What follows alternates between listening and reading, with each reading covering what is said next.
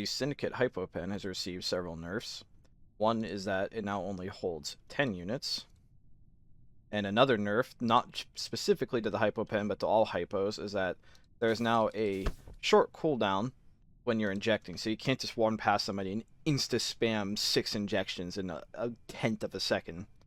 There is now about, I think it's a half-second delay. I didn't actually look at the exact number, but it's about a half-second delay. Where they're still really good, but not quite hilariously broken. The research director's hard suit has had its size changed to be exactly 100, so you can give up every single item in your backpack to put it in there, or you can use a duffel bag and you'll still have 20 extra slots, or 20 extra units of weight.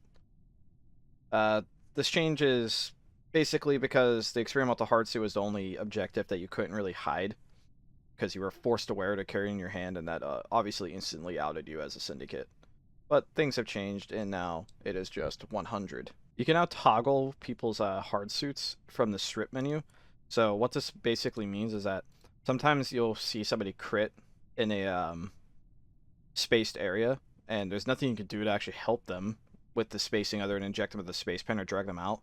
But they made it so you can actually right-click somebody with an exosuit or put it on them and actually toggle their helmet, which would give them immunity to pressure.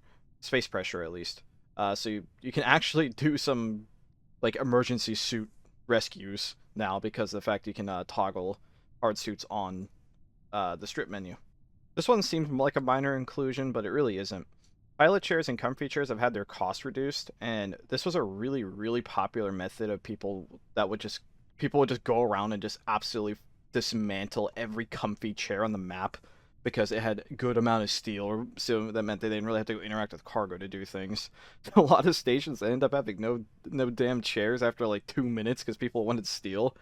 But yeah, their cost was reduced by 3, so they only cost 2 now, and people still do it, but it should reduce some of it, and that's nice. Ed's lockers now come with encryption key boxes, so as you can see here, the CE comes with engineering encryption keys, and it comes with 6 of them. So if the CE wants to promote somebody, you can just easily toss them a extended headset access.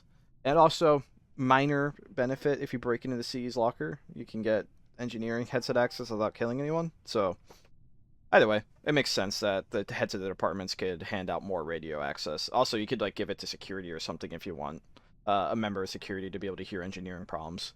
So lots of cool additions there. This one's kind of hard to show, but AI gets stuck on corners less often. One common area used to happen was like on water tanks and on like the corners of windows. And if I can get the little guy to move, they actually seem to want to go straight more. And like I don't know anything about the actual back end of it, but AI used to get stuck on corners a decent bit. So even reducing it by just a tiny amount is a big deal. Several new Botany Mutations are added, and I'm not going to cover all of them, but this one is definitely one of my favorite ones. Oh. Hold on. I gotta chop it down. I definitely... I definitely like the screaming mutation. Stimpacks, stim kits, and experimental stimpacks were added to the game.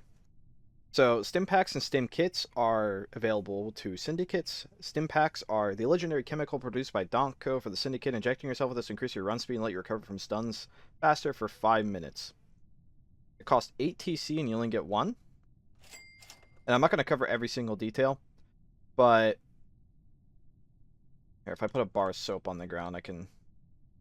So, normally, you will step on a soap and you have a pretty long stun time. However, if you inject yourself with just 15 units of the stimulant, it comes with a decent bit. You run faster, and look how fast you recover from the stun. So that is one use of it. And the other one is Stim Kit. Stim Kit's description is a medkit containing 6 stimulant micro-injectors, which each inject you with enough stimulants to last 1 minute. Now, what these ones are is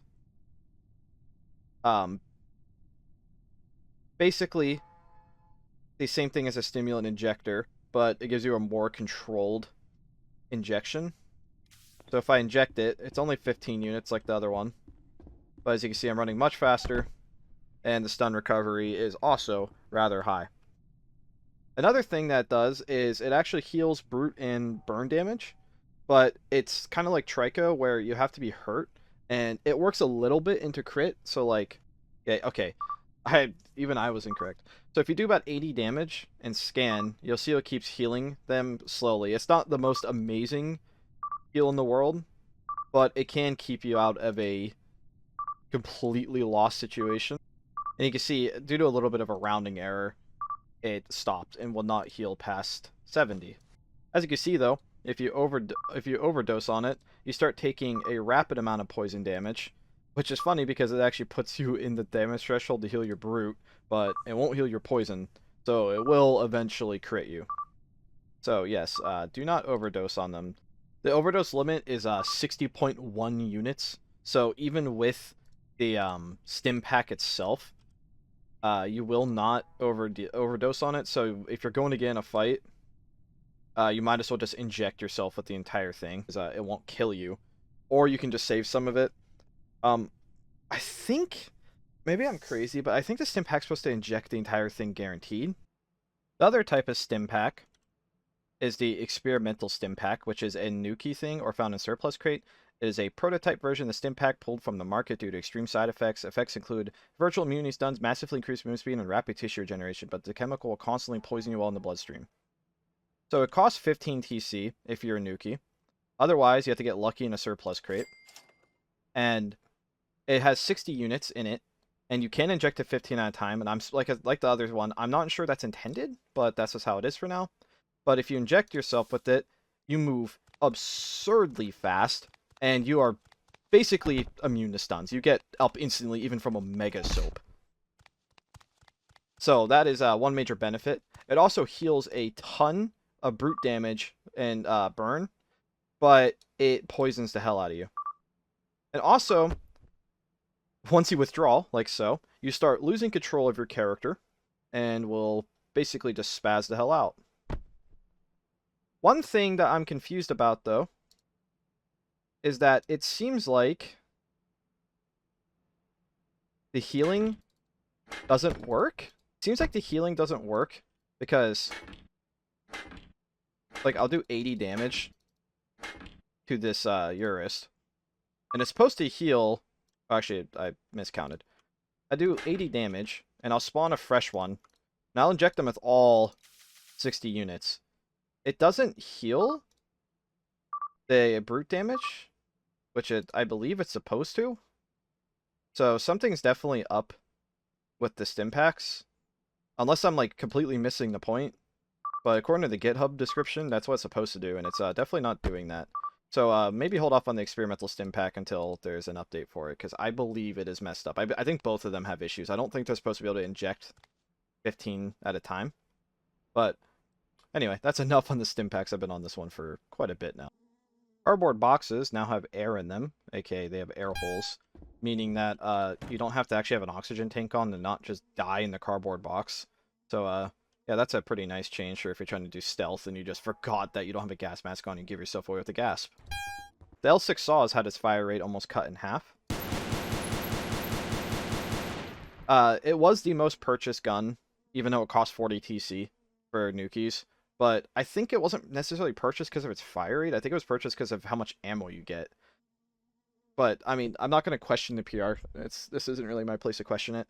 The C20 is probably a better purchase now, because it just has a better... the time to kill is just better on it due to its fire rate. Because this shoots 5 rounds a second, where the C20 shoots 8. And yeah, the C20 does a little bit less damage, but you can spray a security officer down much faster, and the biggest threat to you as a Nuki is getting stunned.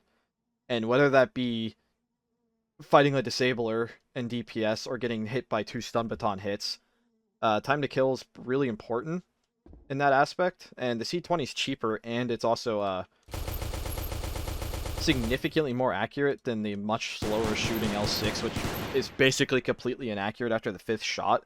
So the L6 is almost always used basically as a melee weapon. But that's just my opinion. I don't think the L6 needed its fire rate nerfed.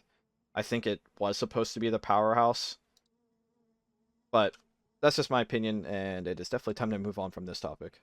Cooking and botany got a little bit of a extra amount of produce that they can make. So like botany can now grow things like soybeans, and there's tofu. There's basically just new recipes involving these. Botany has a few extra things to grow, and the chef has a few extra things to cook. Disposals are now pressurized, so if you get ejected into space through a disposal unit, you now actually don't start taking pressure damage until you're ejected out of it. So definitely makes some interesting escape routes with this. It opens up a whole new level of possibilities with this. 3 new traits are added to the game, which is Muted, Lightweight, Drunk, and Parcasia. My English is so shit. I don't know. Paracusia? I don't. I tried, but one is you hear sounds that aren't really there. You can't speak, so basically Mime 2.0, and Lightweight Drunk, where alcohol has a greater effect on you. I'm sure people are going to be using these traits. I'm very interested in this one. Lightweight Drunk's also pretty funny, especially since getting drunk seems like it's been impossible lately. But anyway, that is everything I'm going to cover for now. There is a lot of really cool things upcoming. There's a lot of really cool things this week. Can't wait for more. Surgery's just a week away. That's a joke, by the way. It's a running joke. It's really awesome. Anyway, I encourage everyone to read the change logs. There were a few things that were merged that weren't in the change logs, but all the things that were merged that weren't in the change logs weren't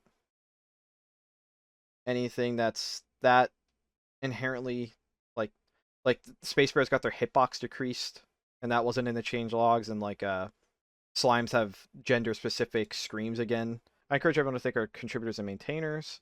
I will slowly scroll through everything. There was just so much this week I couldn't possibly cover it all. But I tried to cover the big things because there were a lot of big things this week.